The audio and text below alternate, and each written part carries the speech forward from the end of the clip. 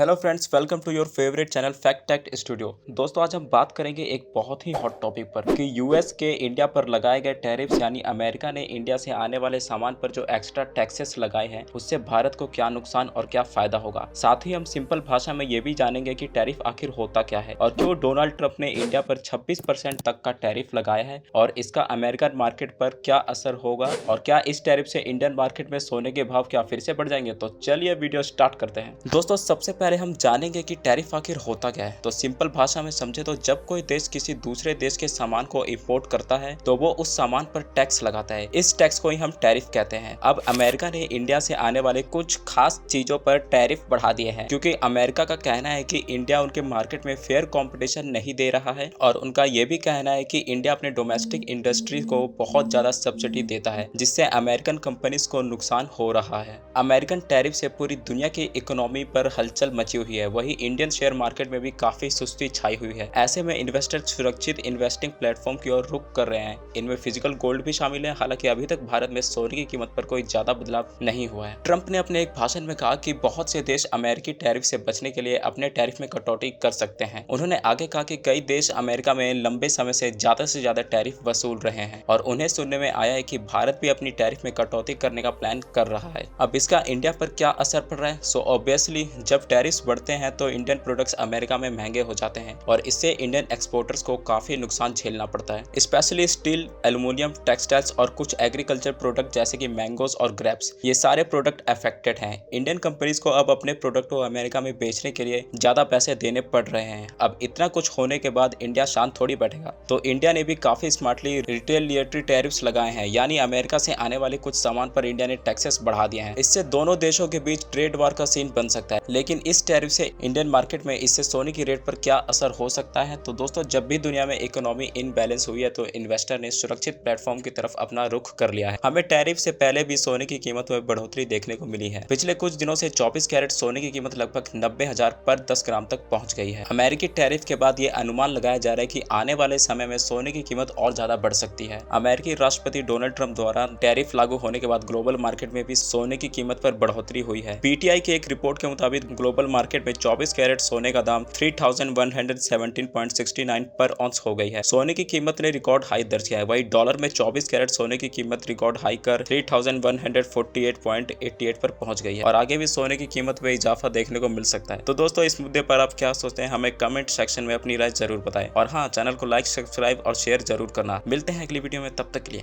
Bye.